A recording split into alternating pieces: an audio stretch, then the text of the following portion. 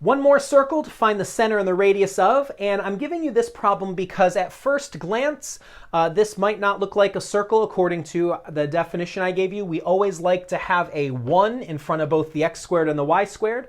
If both of these coefficients were different, it would not be a circle. There are other shapes that are similar in format, and in another class you will learn about the general format of what's called an ellipse or hyperbola or another way to write parabolas, but we are only dealing with circles. And so when you have a number in front of the x squared and y squared, your first step is going to be to divide every term by whatever that coefficient is. We want 1s in front of both the x squared and the y squared.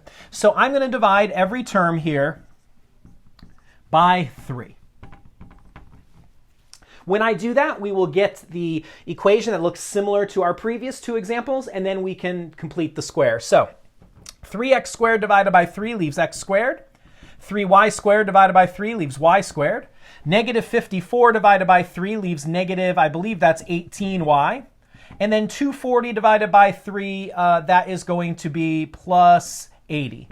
And 0 divided by 3 is 0. So there is my equation. So my process is the same here as it was. I'm going to group my x's, I'm going to group my y's, I'm going to put the number on the other side. Now notice there is no term that has just an x like there is for the y's, so there's nothing to group. So the x squared term's just going to stand alone.